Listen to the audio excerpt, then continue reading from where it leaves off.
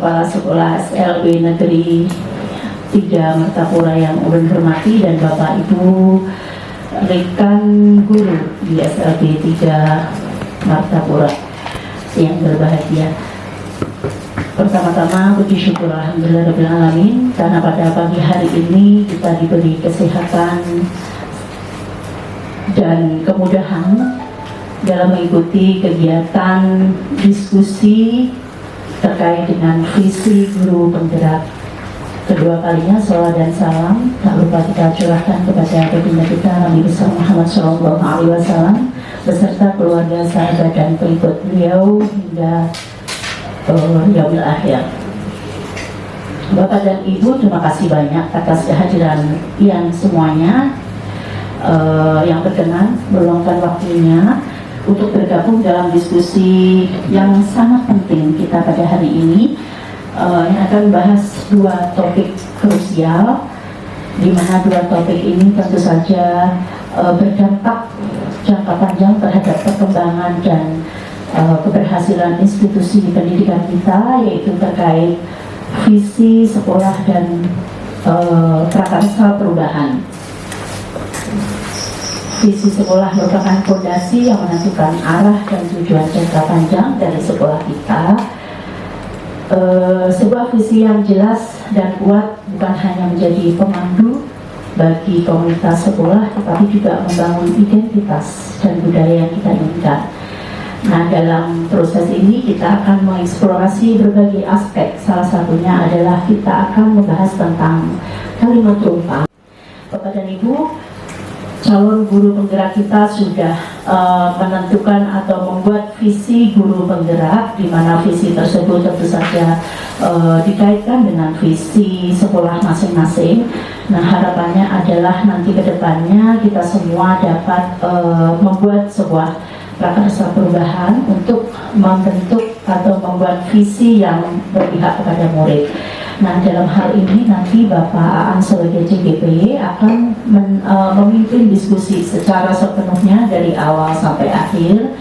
Saya betul-betul berharap di sini Bapak Kepala Sekolah dan juga rekan-rekan guru semuanya berperan aktif dalam membuat strategi pembentukan dari visi sekolah ini, sehingga nanti dampak dari visi yang kita buat itu betul-betul terwujud atau berdampak positif terhadap perubahan peserta didik dan lingkungan belajar di sekolah kita.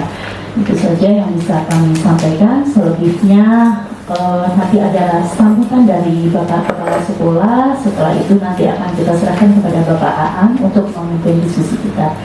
Baik, ulun akhiri. Assalamualaikum warahmatullahi wabarakatuh. Terima kasih. Assalamualaikum warahmatullahi wabarakatuh. Yang kami hormati Ibu selaku pengajar praktek di calon guru penggerak angkatan 10 ya angkatan 10, kepada Bapak Ibu guru, terima kasih atas kehadirannya, dan Pak Aan selaku calon guru penggerak, harapan dari sekolah kami mudah-mudahan bisa lulus. Amin. Ya. Sebelumnya kami bermaaf kepada Ibu selaku CGP atau PP ya, tempat kami tinggalkan tadi Bu, karena saya ngejar waktu sebelum berangkat ke Solo gitu. Setelah administrasi keuangan kita selesai, alhamdulillah selesai, dan kegiatan hari ini pendampingan individu kedua. Yang pendampingan yang pertama, mohon maaf, saya kebetulan juga lagi ada tugas luar sehingga tidak bisa mendampingi. Mudah-mudahan ini bisa dan berjalan lancar. Kami mohon rekan-rekan nanti untuk aktif dan mensupport supaya Pak Aan ini berjalan dengan baik. Itu saja bisa kami sampaikan. Terima kasih. Assalamualaikum warahmatullahi wabarakatuh. Bismillahirrahmanirrahim. Assalamualaikum warahmatullahi wabarakatuh. Alhamdulillahirabbil alamin.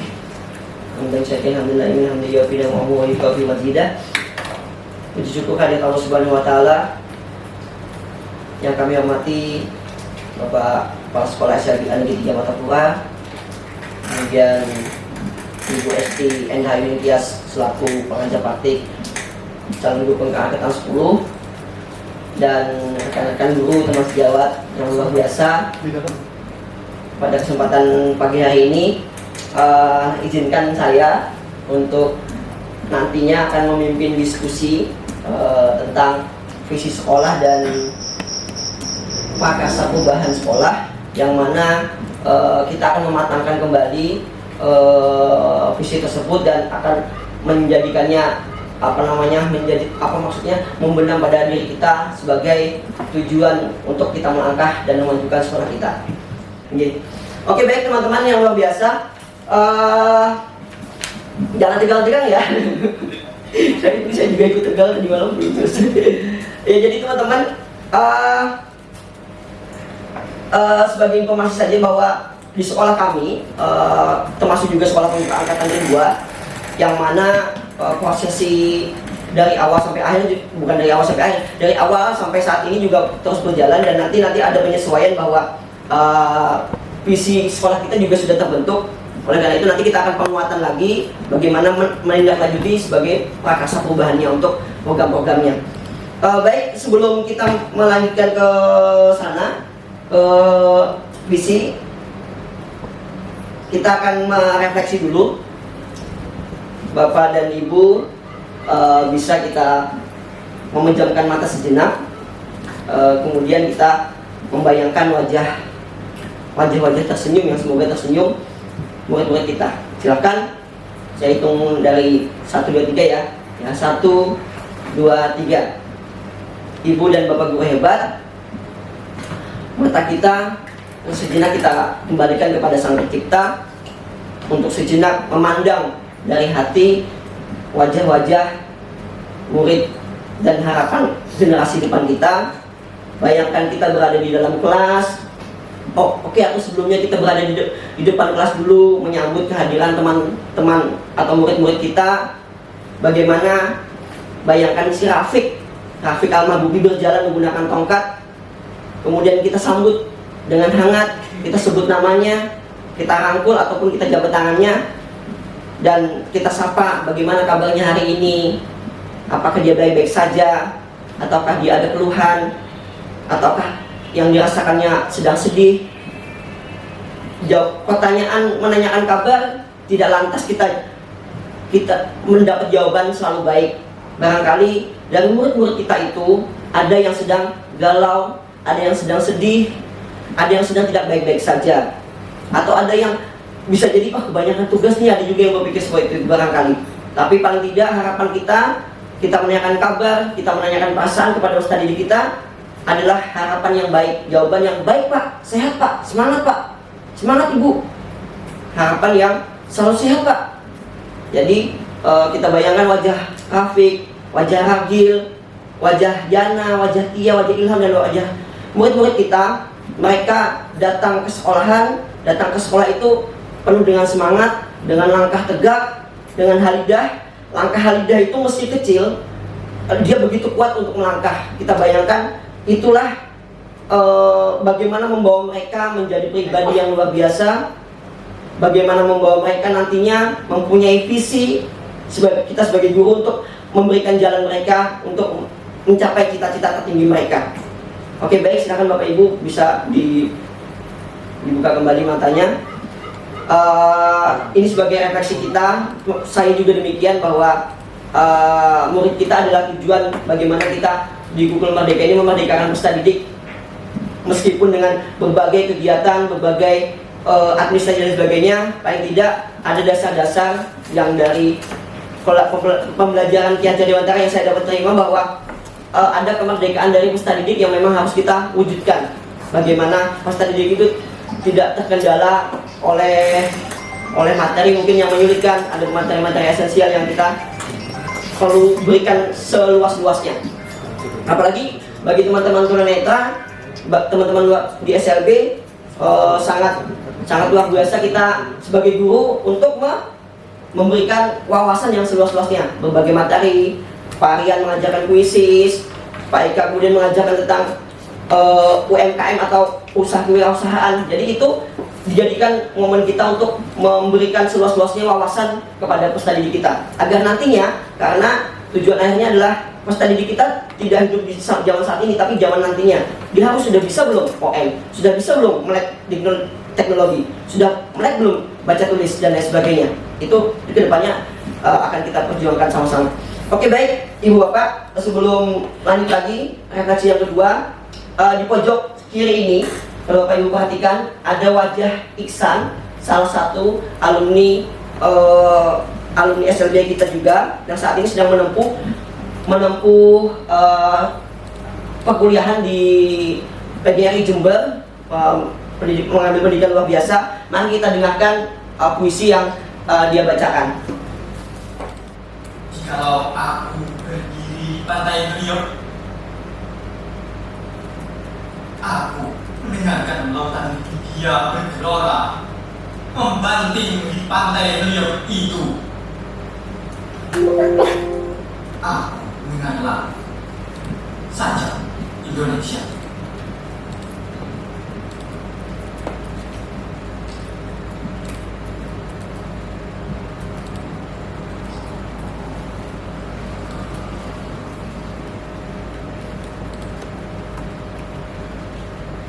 Jikalau aku melihat sawah-sawah yang menguning menghijau, aku tidak melihat lagi batang-batang padi yang menguning menghijau. Aku melihat Indonesia.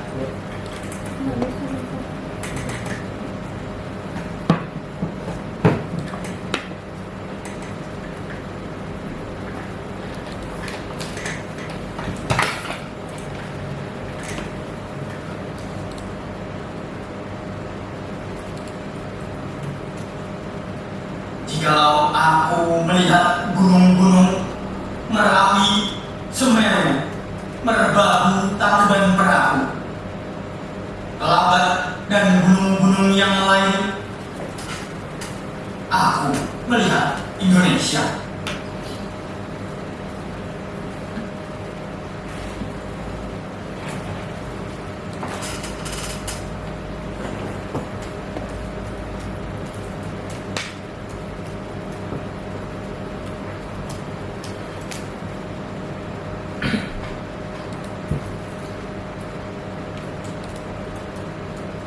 Jikalau aku mendengarkan lagu nan lagi, bukan lagi lagu Batak yang aku dengarkan. Aku mendengarkan Indonesia.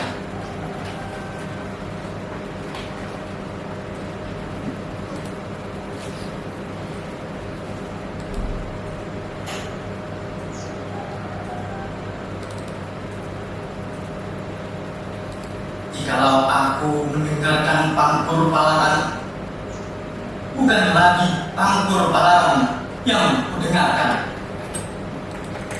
Aku mendengarkan Indonesia.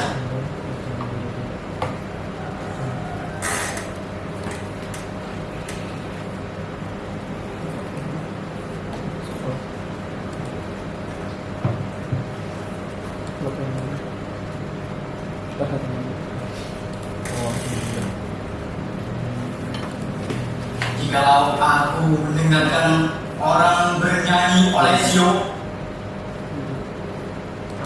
bukan lagi aku mendengarkan lagu Maluku.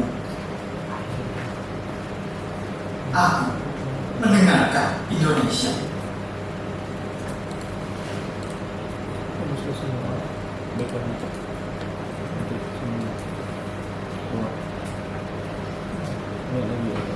Ya baik, aku mendengarkan Indonesia. Mungkin nanti video fullnya bisa nonton di YouTube kami, karena memang pengambilan video Iksan membaca puisi tadi di tahun 2019. Saat itu ada festival lomba di nasional, dan karena memang tantangannya itu sekitar 18 bait, jadi dia berusaha menghafal dan membaca dari teks yang dihafalkan. Memang panjang ya. Jadi tapi itu sebuah proses bahwa dari puisi yang diciptakan oleh Bung Karno tadi, apa judulnya tadi? Aku Melihat Indonesia. Saya mengambil filosofi mengapa saat itu tertarik mengikutkan Iksan ikut itu karena seorang yang tidak melihat membaca puisi Aku Melihat Indonesia. Itu yang membuat menanamkan bagaimana Iksan, oke lah kamu tidak melihat, oke lah penglihatanmu keterbatasan, tapi kamu bisa melihat Indonesia dengan kata-kata, kamu bisa melihat Indonesia dengan wawasan kamu, dengan semangat kamu untuk melanjutkan pendidikan yang lebih tinggi lagi. Oke, baik teman-teman, luar biasa bahwa puisi tadi bahwa kita ambil maknanya bahwa kita berada di sini pun bisa membayangkan nggak teman-teman bagaimana Danau Toba, bagaimana tempat-tempat yang disebutkan tadi ada di badan bayangan kita. Teman-teman merasa nggak terbawa? Misalkan kita menyebutkan tadi tentang Danau Toba, merasa nggak ada di Sumatera Utara sana? Atau misalkan ada menyebutkan bagaimana di luar angkasa, misalkan ada bayangan nggak bagaimana di luar angkasa? Ada ya. Jadi paling tidak visi itu, untuk mengawali visi itu kita mempunyai bayangan atau mempunyai penglihatan yang jauh, baik dengan penglihatan secara mata atau dengan hati atau dengan pemikiran kita. Baik.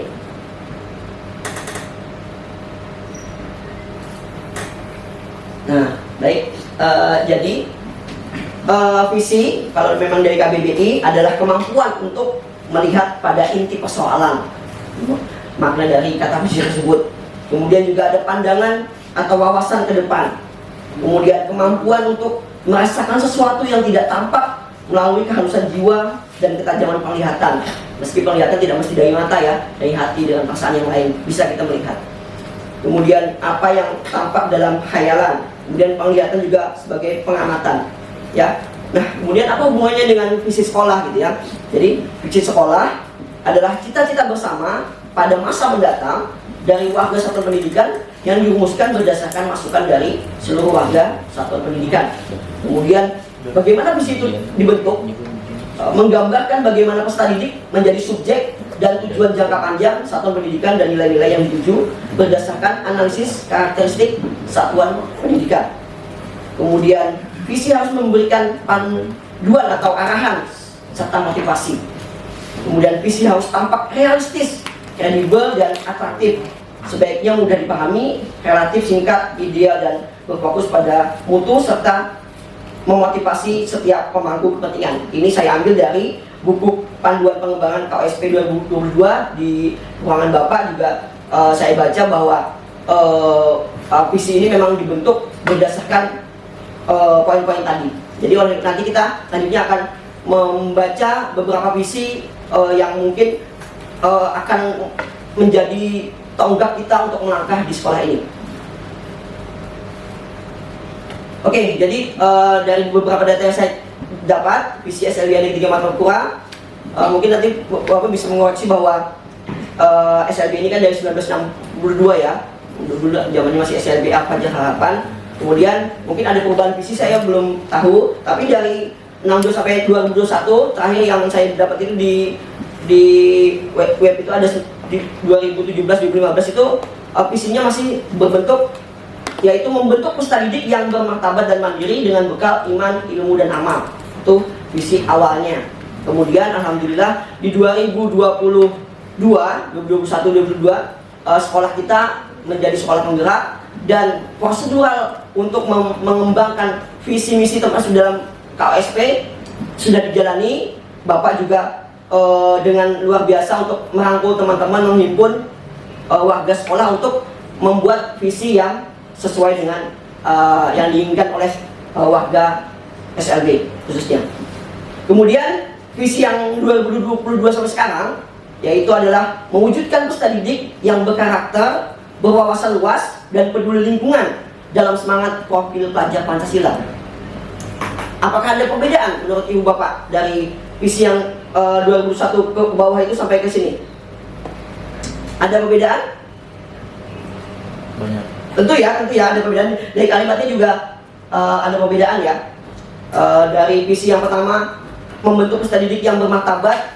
Kemudian yang di sininya mewujudkan peserta didik yang berkarakter, paling tidak berkarakter dengan budi pekerti. Kemudian berwawasan luas. Kemudian dan peduli lingkungan dalam semangat profil pelajar Pancasila. Kita tahu bahwa profil pelajar Pancasila yang ada 6 dimensi itu mesti dimasukkan dalam visi sekolah kita, karena itu sebagai pembinaan karakter dari setiap sekolah gitu, atau satuan pendidikan. Oleh karena itu dimasukkanlah semangat profil pelajar Pancasila. Kemudian juga yang saya tahu bahwa visi yang dibuat di 2022 itu sudah menjalani beberapa proses, salah satunya adalah analisis lingkungan atau analisis karakter lingkungan. Bagaimana lingkungan SLB kita di lingkungan sekitarnya berada di Kabupaten Banjar dan berada di lingkungan religius, itu juga dimasukkan dalam pembuatan visi ini. Nah, kemudian dalam tugas CGP kemarin saya juga membuat visi, meski walaupun bukan wakil sekolah, tapi saya belajar untuk bagaimana membuat visi itu, walaupun mungkin banyak visi ya, tapi paling tidak saya belajar untuk menentukan arah bagaimana bagaimana pribadi sama. Misalkan Pak Eka juga punya visi nih dalam keluarga nih, keluarga Badatu Sakinah Mawaddah Warahmah nih punya visi nih, punya visi visi keluarga pasti ada dong. Dalam manusia pun tidak mesti di sekolah, dalam ibu bapak, termasuk dalam diri saya sendiri, kita juga mempunyai visi karena mempunyai arah dalam hidup. Misalkan kalau manusia ibaratnya menjadi khalifah di bumi. Jadi banyak kita juga mempunyai visi atau pemimpin dalam diri kita masing-masing. Kemudian yang saya juga buat, yaitu adalah membangun generasi masa depan yang melihat. Saya bikin akronim mandiri, ekspresif, dan literasi harap. Jadi ini sebagai tambahan saja bahwa generasi masa depan itu mesti melihat, meskipun ada keterbatasan dan sebagainya. Filosofinya kan itu. Kemudian dia mesti ada kemandirian. Mandirian itu ya paling tidak setelah lepas dari pasca sekolah itu juga mempunyai kemandirian yang kuat, meski tetap kita arahkan dalam hal sebagainya. Kemudian ekspresif ini paling tidak partisipasi, dia aktif untuk keingintahuannya, kemudian mengembangkan kompetensinya dan sebagainya. Dan literasi harap ini juga menjadi salah satu hal penting bagi kita untuk menguatkan literasi, khususnya ada literasi dan numerasi.